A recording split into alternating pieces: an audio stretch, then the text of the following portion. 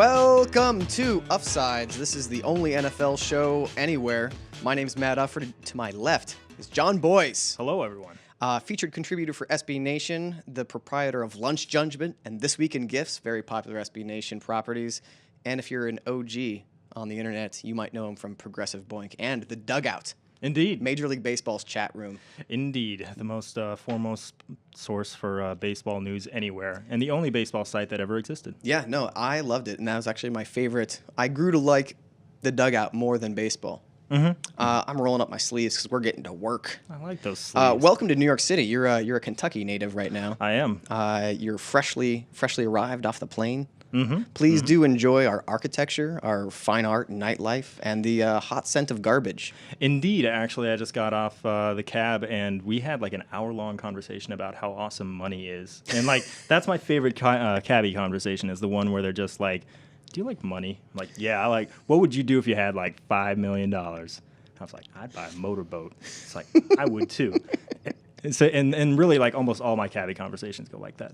All right, well, it's good to find some common ground. Say, do you like puppies? Me too! I think we should probably talk about the NFL. There are things happening in the NFL. Maybe you've heard about them. There's a backup quarterback by the name of Tim Tebow. Tim Tebow, yeah. He has signed with the organization of the New England Patriots. He is not going to the CFL. We actually had the first photos of him throwing. He's at Patriots minicamp. Oh, the form is still as beautiful as ever. What are your thoughts on this? General thoughts. Are the Patriots proven winners? Do they need a proven winner like Tim Tebow?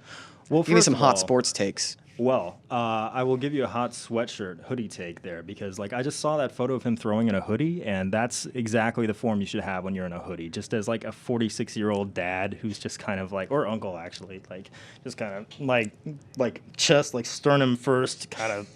Elbow out as far as possible. Yep. Other elbow, like, God knows where. Jazz hand in your off-throwing hand.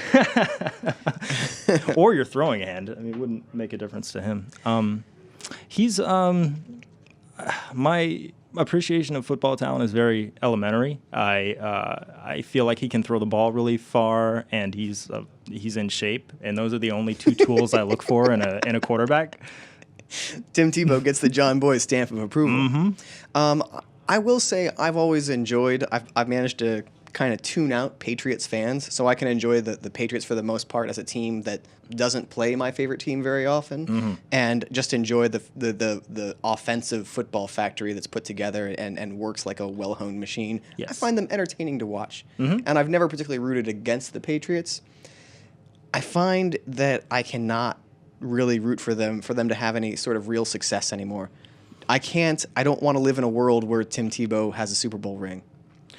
Well, I as a Chiefs fan, I see the Patriots as like what the Chiefs like could have been if they weren't so chiefy, and we sort of get like the Patriots leftovers, and that's like sort of like what we end up with. Not anymore because Pioli's gone, and so on and so forth. Congratulations on that, by the way. Yes, thank you. We have hired a log that is on fire as our new GM. And more reliable than a megalomaniacal asshole like Scott Pioli. Now, going back to Tebow, I do want to talk about one aspect, and that is this has got to be devastating news for you in that you have written an alternate history, or are writing an alternate history where Tim Tebow goes to the CFL, and it's not the CFL that Canadians know and love.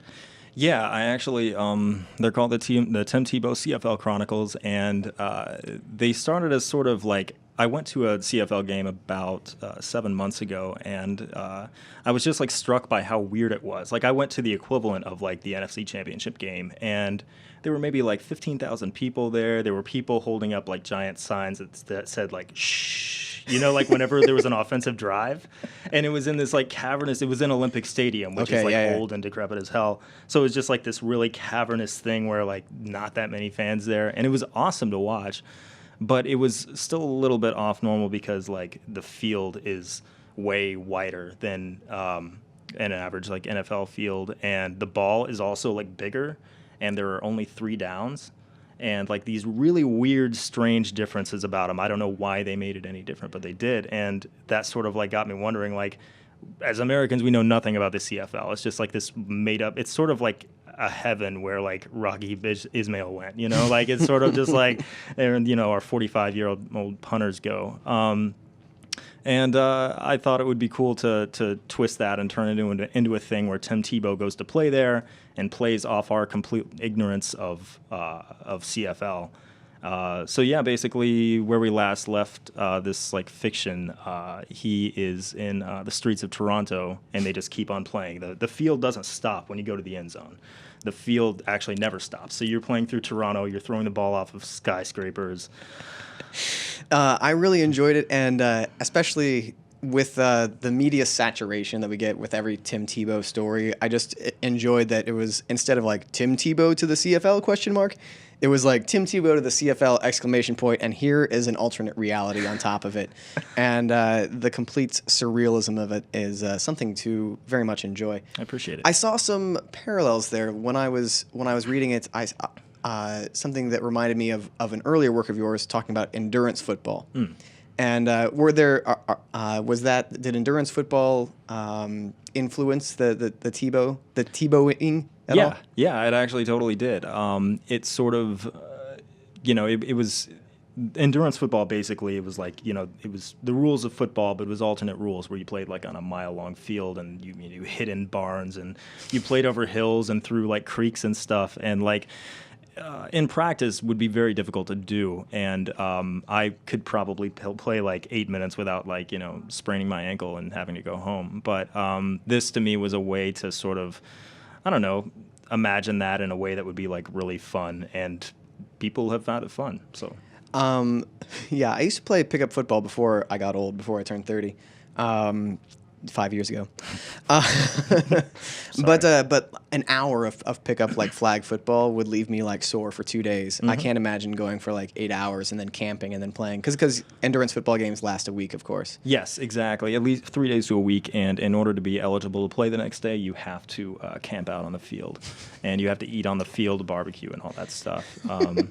But I think, and I've talked to friends about this before, where like when I was playing flag football or tackle football or whatever, when I was like 9, 10 years old, I would get all banged up and bruised and everything, and I wouldn't care, because like when you're a little kid, you don't care, you don't realize that you're mortal. Exactly. And like, you can do anything short of a broken bone and you just don't care at all. And whereas now, I'm a member of the 30-somethings too, and if I fall down and skin my knee, like I'm hobbling all the way back to my apartment. I can't.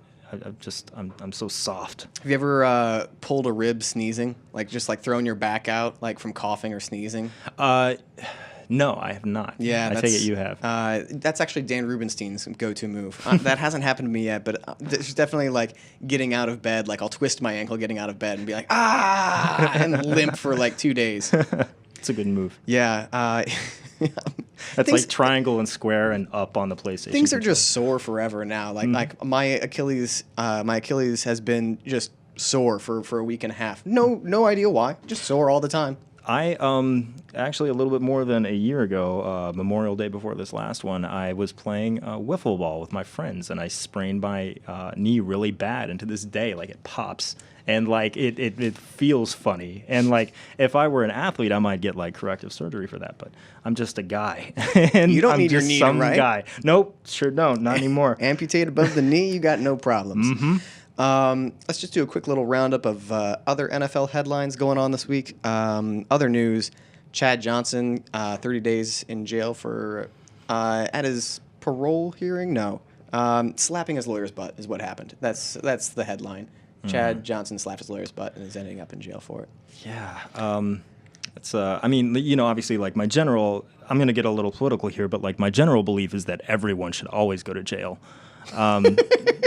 So, and this is a little bit of a, unjust way of sending somebody to jail for 30 days, but I guess I'll take it. I feel like, I mean, it's obviously completely ridiculous. Like it was like his buddy, his lawyer buddy, he slaps him on the butt because he's happy. Because, I mean, if I just found out that like a 30-day jail sentence were commuted, I would do.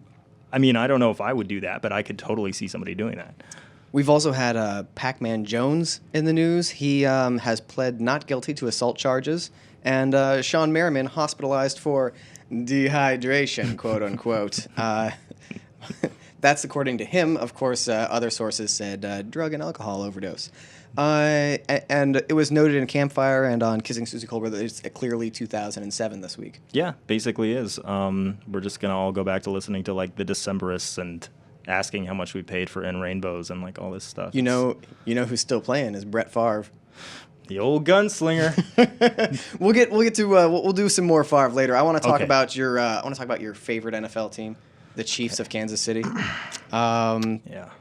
They're on the upswing. They've got Alex Smith, who's a proven quarterback, kind of, and a new coach in Andy Reid, who Eagles fans now hate, but he's a good coach, right? Yeah. No, I mean, I think so. I really... A huge step up from Romeo Crennel. Yes, well, That we can anything all would agree be. on. Yeah, because he won one awesome game, with his like stint as interim head coach. So they were like, "Oh, okay, yeah." Like Clearly, you're the man for the job. Put that resume away. Holy shit. The resume is like a piece of old newspaper. Romeo Crennel's like, Exactly. His resume is actually just like written on a napkin, and he in his own handwriting too. And no, as far as like Andy Reid goes, I'm not like a great gauge of head coaching talent, and I'm way more of a sports enthusiast than like a sports expert. But I like him, and I'm glad that we have Alex Smith because like raising our own quarterback is something that the Chiefs never do. Like you can look way back through the years, all the way back through like the early '80s. The Chiefs do not. I mean, like occasionally we'll draft a quarterback, but our quarterbacks never do anything. We have to go get a Joe Montana or a Trent Green or a Matt Castle or whatever to do anything. So it's in keeping. It's like the most Chiefs thing possible. Like get like a backup that like basically that's the Chiefs slogan. Backups who people have heard of is basically the Chiefs. I'm so sorry to hear that. Andy Reid's a great fit in Kansas City. He's come out and said that his favorite barbecue is all barbecue. I like the notion of him getting larger. Go bigger. I also like the notion of like, oh yeah, no, Kansas City, they don't care about which barbecue you like at all. They're just like, oh, you like Kid Cuisine barbecue? Okay, yeah, no, we like that here.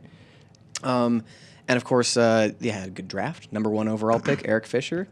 What are your feelings about the Chiefs going into 2013? Do you have hope? Is there reason to be optimistic? No. I mean, I could totally see.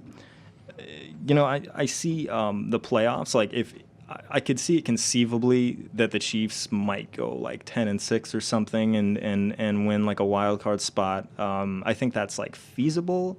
I wouldn't predict it, but I would be really happy for that, just in the sense that it means I get to see another Chiefs game. I don't have any ambitions as far as like them going to the Super Bowl, really, as long as I'm alive, which is also why I would rather see them make the playoffs as a wild card team, because that's just like one more game I get to see them. I just want to see them a lot. I don't need them. Winning is like secondary to the point. Just want to have them over for a nice dinner. Yes, exactly. Just Hey, like guys. see how they're doing. Yeah. I think that's a reasonable ambition. I think you can hope for the playoffs. I could see them being 9-7, maybe even 10-6. It's possible. Some team always goes from worst to the playoff contender. Why not the Chiefs? Sure. And Besides the fact that they're the Chiefs, of course. Well, yeah, they're the Chiefs, and they have the most like unwearable jersey in the NFL. It's not so sexy. No, yeah, you look like you're wearing Ronald McDonald's jammies. Could be worse. Could be the Redskins. That's true. We're not as overtly racist. Let me ask you a question. Do you have any actual good memories of being a Chiefs fan? Oh yeah, definitely.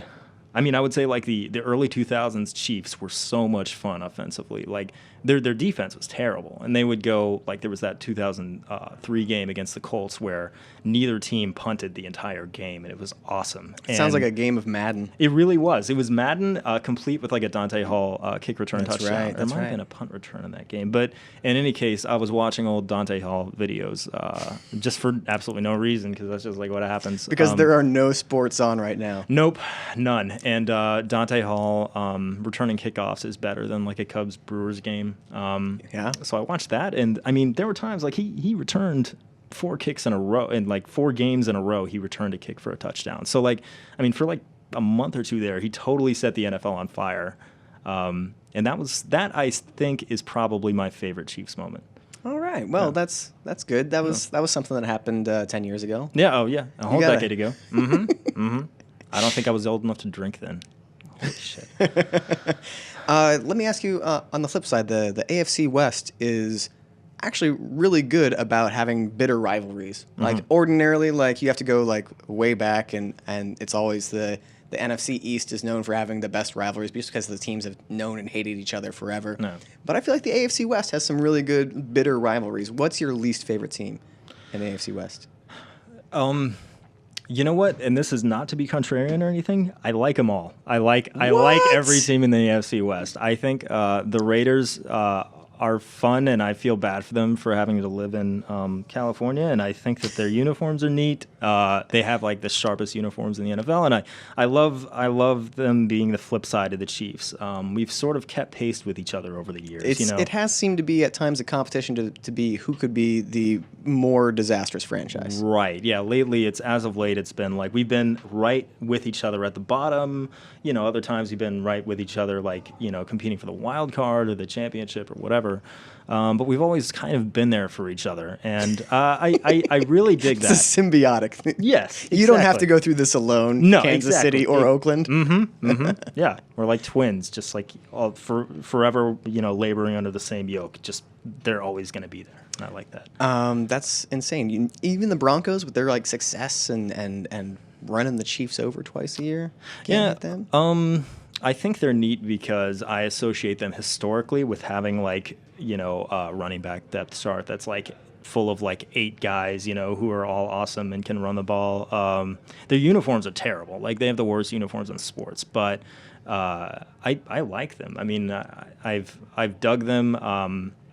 I like Peyton Manning, which sets me apart from a lot of people. I pretty much like everything. Is my thing. You're such a positive person.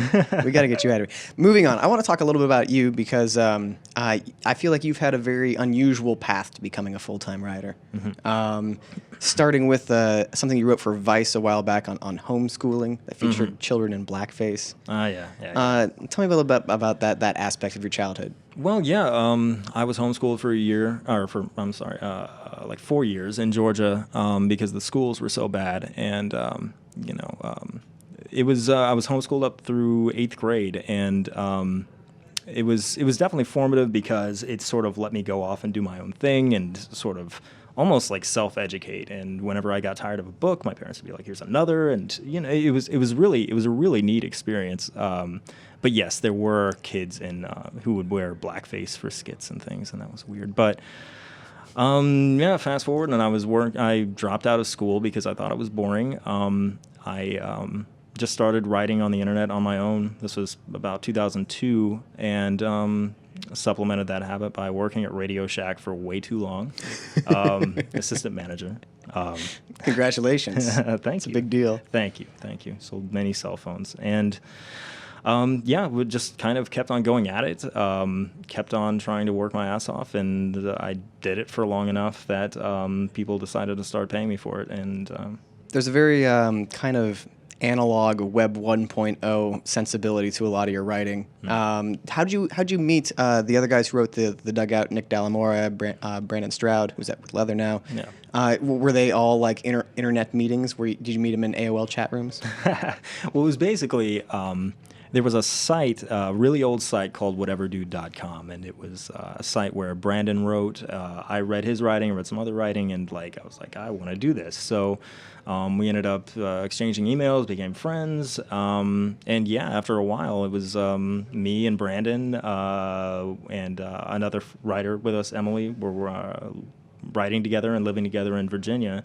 And Nick Dallamora was near us as well. So we just kind of had this little community where we kind of, I took my Radio Shack job with me, and we made no money, but we were under the same roof. It was this giant 4-bedroom dilapidated house that the whole thing was $650 a month or something. And we just wrote there and didn't care about being super poor. So how'd you end up in Louisville then from Virginia? Actually, I went to school. I went to high school in Louisville. So I was there for a while. Came back to Louisville, and yeah, been there ever since. What did your parents do? How'd you, because you traveled around the American South growing up? Right? Oh yeah, my dad works for a toothpaste conglomerate. He works for Colgate Palmolive. So yeah. Also here in New York. Traveled around. Mm-hmm. All right. Quite so. Because when I shared with my wife like your awesome homeschooling article, she was like, "Well, why'd they have to live in Georgia?" It's like, well, that's one way of looking at the article. That's a question you should always ask, whether it's like the Soviet Republic breakaway or whether it's a state. What's the give me because I always love talking to people about their homes and like because I'm by no means a proponent of New York for other people. Everybody's got the place where they fit. Give me a best thing, worst thing about Louisville? Well, the best thing is all the bourbon. For sure. It's everywhere. It's not that expensive, and like every kind of bourbon you've ever had is available at like every corner store in Louisville for such reasonable prices too. Mm-hmm, mm-hmm. It's dangerous. Like seriously, there's a bar down the street from me. It's called Cahoots, and it's if you pay $5, they will serve you Blanton's, which is very good bourbon. Yes, it is. And they will pour you almost that much, and they will charge you about $5 for it. And it's seriously like it's like pouring out of the faucets, and it's unbelievably cheap. And you can seriously, if you don't watch yourself, you can get completely wasted for like $8. Oh man, that sounds great. So it's awesome. I want to go to the troll bag. We'll bring things out. Throw this out to the crowd. We've crowdsourced questions for Jon Bois. Mm-hmm. And these are all real people, or at least real Twitter users. First question is from Celebrity Hot Tub. At least I hope it's from Celebrity Hot Tub. Hello, Mr. Tub.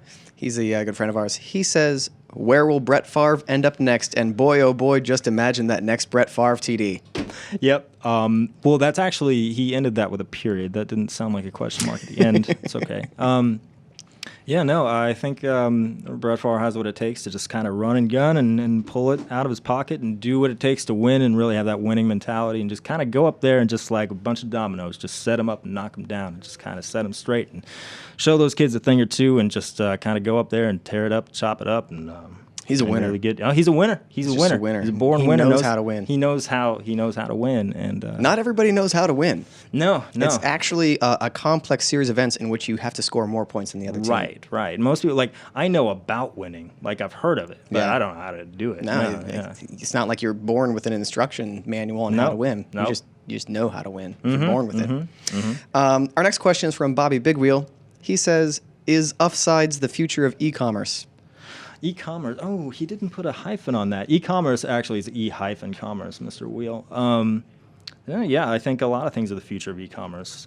Yeah. Awkward segs and not knowing what to say to a question is the future of e-commerce, actually. Next question is from Corey Lewis, and he says, "If I have a seasonally appropriate, delicious, and otherwise spellbinding lunch, but finish it with a Diet Coke, what's my score?" That's... I mean, with a Diet Coke, you dock a point instantly. Diet Coke, there's actually David Rees, author of Get Your War On, famously said that Diet Coke tastes like robot sweat, which is about the most apt thing I've ever heard. And I mean, it's gross. There's no reason for it. I'm drinking a regular Coke right now. They're good sometimes. But I enjoy a regular Coke. Yeah, you know. I also enjoy Coke Zero because it tastes like Coke. No. Even that's like, I mean, I don't like it as much as you do. I can't share your enthusiasm, but it's okay. I would say that like anything I was eating would be just destroyed by the Diet Coke. It doesn't make any sense palate-wise, and it's like you hate your lunch and you wish you weren't eating it if you're drinking a Diet Coke. Can I tell you my lunch? What? I don't think it's going to score very well. It was like 4 handfuls of unsalted walnuts and a banana. Okay, well... And water to drink. Okay. Unsalted walnuts, banana and water. Water is pretty neutral, pretty score neutral. Yeah. I would give you... It sounded like a lunch of function because if you put it on a plate, that would be sad. No, like there was sat down with a fork there was no plate. This happened while I was interneting. Okay. So no tucking in a napkin in your lapel. Okay. No, yeah, that's about a. I would give that a 5.5. Really? Yeah, oh, yeah. I feel good about that. I was expecting like a 3. Oh no, it's totally because I mean at least that's like function food. It's like good for you food. Okay, thanks. So I feel really good about that. No, you know what? Thank you. Our last question is from Joe McAtee. He says, "What is Jon Bois' opinion on opinions?" I don't take requests on opinions. No. I don't do that. I ask other people for their opinions. I don't feel that mine are important or relevant to the discussion. It's all about your opinions and yours and everyone else's. And I hate to be a wet blanket. I just don't do that. Really? Yeah, Because I had a whole bunch of questions like, what is your opinion on ragamuffins? On ragamuffin, negative 497.3. Oh, what is your opinion on guts? Green. What is your opinion on strolling? Strolling, I would say fourth down only. What is your opinion on no goodniks? I ran into a few. They're no good. What is your opinion on stick-to-itiveness? I went there once, and I was about 5 years old. Only thing I remember about it is I knocked over a jar of pasta at in aisle 5, and I was scolded for it. What is your opinion on cargo pants? Oh, about 118. All right. Yeah. That was What is Your Opinion with Jon Bois. Mm-hmm. We're going to kind of wind down the show a little bit with a little thing I call Fumbler. We have some fun with the internets. Yes. Some fun with Photoshop or with memes. Whatever strikes a fancy. And this is, we're going to turn back the clock a little bit with Tim Tebow in the news. One of the favorite things I've done since I've come to SB Nation was just Photoshop Tim Tebow onto centaur bodies. Mm-hmm. And we can scroll through the photos slowly here. We got that's John Elway riding Tebow to victory. Amazing. And there's actually a lot of pictures of Tim Tebow shirtless that makes for good centaur photoshops.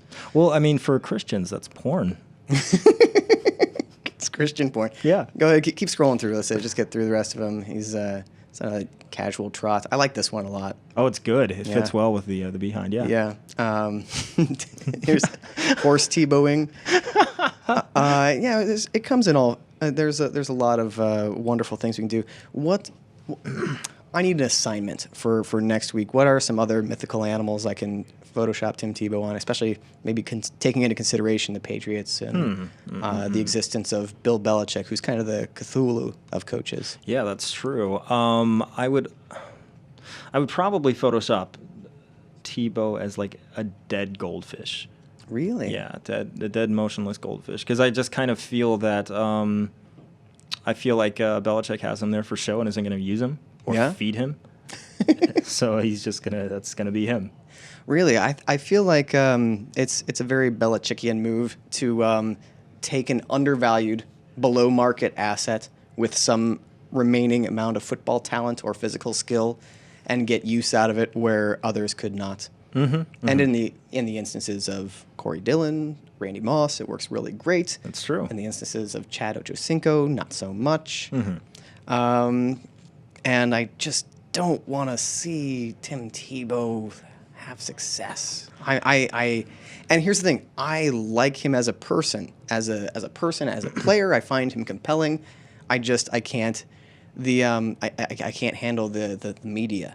Okay. And even I'm part of the problem because I'm talking about it right now. Mm-hmm. And at SB Nation, it's news, and we consume it. We're powerless. Yep. And I hate that I'm powerless. We have to do it. It's your job, and you have to do it, Matt. And I wish that I wasn't. I wish that I wasn't didn't have my hands tied that way.